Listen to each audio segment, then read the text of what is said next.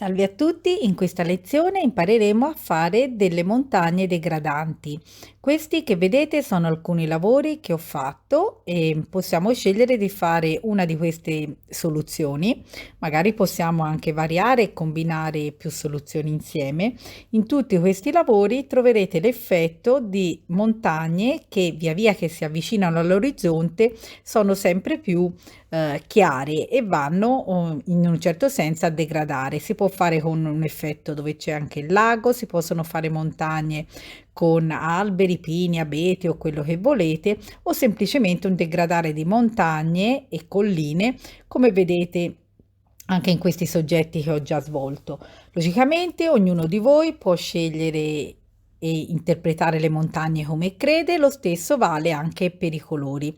La prima cosa da fare qual è? È di prendere della carta, sicuramente carta da acquerello, che deve essere almeno 300 grammi perché il foglio va bagnato precedentemente, soprattutto per fare il cielo, la base. Partiamo sempre da quello che sta dietro e a questo punto io vi invito a prendere i vostri acquerelli, io ho quelli in Godé. Possiamo fare un soggetto con montagne degradanti e degli abeti in primo piano. Bagnate appunto la vostra carta e iniziamo subito con lavorare con il colore molto diluito, soprattutto per fare il cielo, e dovete stare attenti a attendere che il colore sia completamente asciutto prima di passare allo strato successivo.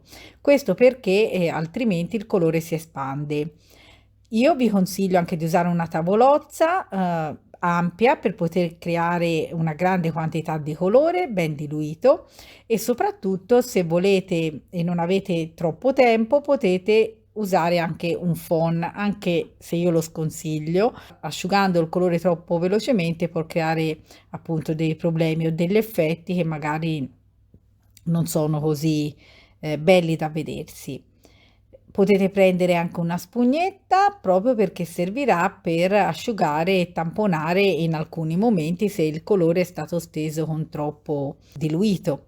I pennelli, come sempre, di varie tipologie. Io userò comunque partendo con un pennello più grande e via via userò pennelli sempre più piccoli. Così l'acqua, userò prima grandi quantità di acqua e poi andrò a usare sempre quantità di acqua inferiori, proprio per dettagliare sempre più.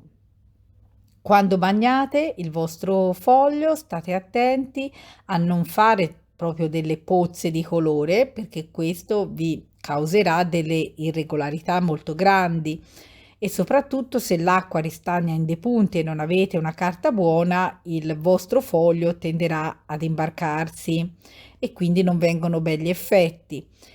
A questo punto poi preparate il colore e andate a stendere il colore molto diluito.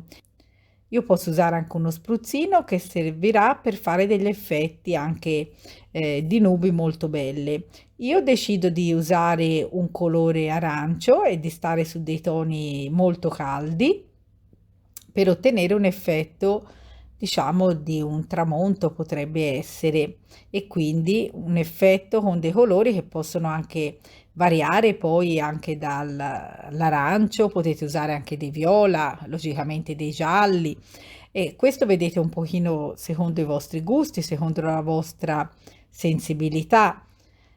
Logicamente non vi consiglio di usare 20 colori, ma usate giusto quei 2 o 3 colori. Vedete, a questo punto io vado a scegliere dei colori. Come vi dicevo, io ho pensato di scegliere l'arancio, poi sceglierò un viola e lavorerò giusto con questi 2 o 3 colori, non di più, intervenendo per fare le parti più chiare, diluendo di più il colore, per fare le parti più scure, tenendo il colore più saturo, e poi, come è logico, anche rintervenendo e caricando di più anche con un colore più scuro. Posso usare un viola con un arancio, per esempio, o anche un blu. Potete anche ripulire con una spugna se volete far apparire per esempio anche delle nubi. Dopodiché dovete attendere che il colore sia effettivamente asciutto. Non ci vuole fretta, potete aspettare anche un'ora. Una volta accertati che il colore è asciutto potete andare a fare la montagna. Logicamente dovete usare un colore leggermente più saturo di quello che avete messo nel cielo, proprio perché appaia la montagna, ma che tenda a fondersi all'orizzonte. Non deve essere una linea netta, diciamo, troppo netta, perché altrimenti non viene l'effetto di degradante. Una volta asciugata questa, ripetete l'operazione per tutte le montagne successive, curando l'aspetto di intensificare sempre più il colore e combinarlo, per esempio, questo vermiglione chiaro, ora l'ho combinato con un carminio e già viene un colore, vedete, più saturo, un pochino più scuro e dovete avere anche l'accortezza in dei punti di ripulire con il pennello bagnato nell'acqua e poi asciugato per creare gli effetti di una montagna non piatta, in dei punti intensificate per caricamento e in dei punti andate proprio a rimuovere il colore e a stenderlo in maniera più leggera.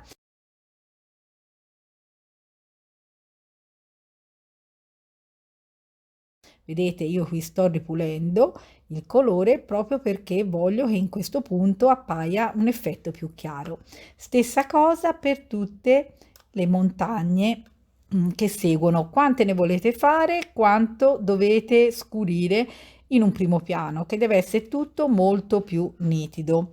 Logicamente a questo punto io per esempio vado anche su un viola, aggiungo per esempio un blu oltremare e ottengo, o se avete anche un viola, e vado sempre più avanti. In primo piano metterò poi degli alberi che vengono fatti con un pennello molto più fine, con il quale io parto dalla cima dell'albero, così mi calcolo subito l'altezza, unisco qui del blu e del nero, posso usare, oppure del viola per fare ancora un altro piano e poi dicevo vado a fare questi alberi che saranno in questo caso abbastanza scuri perché si deve creare un effetto diciamo di controluce. Parto dal punto più alto dell'albero così che io possa regolarmi da subito quanto deve essere alto e logicamente io non posso fare un albero che oltrepassa la prima montagna in fondo, se no non è credibile, devo stare almeno sotto la seconda montagna, non di più, sarebbe l'ideale per dare il senso realistico, diciamo, di una visione in profondità.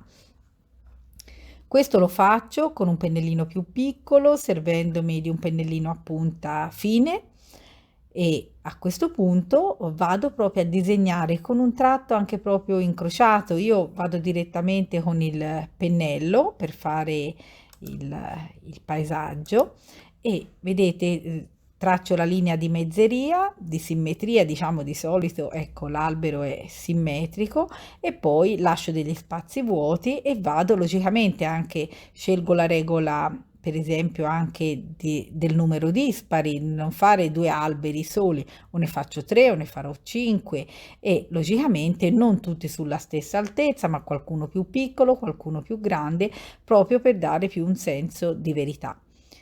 A questo punto continuate così per tutti gli alberi. Vi ringrazio di avermi seguita, se il video vi è piaciuto ricordatevi di iscrivervi al canale, di attivare la campanella per non perdere tutte le cose che pubblicherò. Ho aggiunto anche dei piccoli uccelli in volo che danno anche questi un senso di profondità.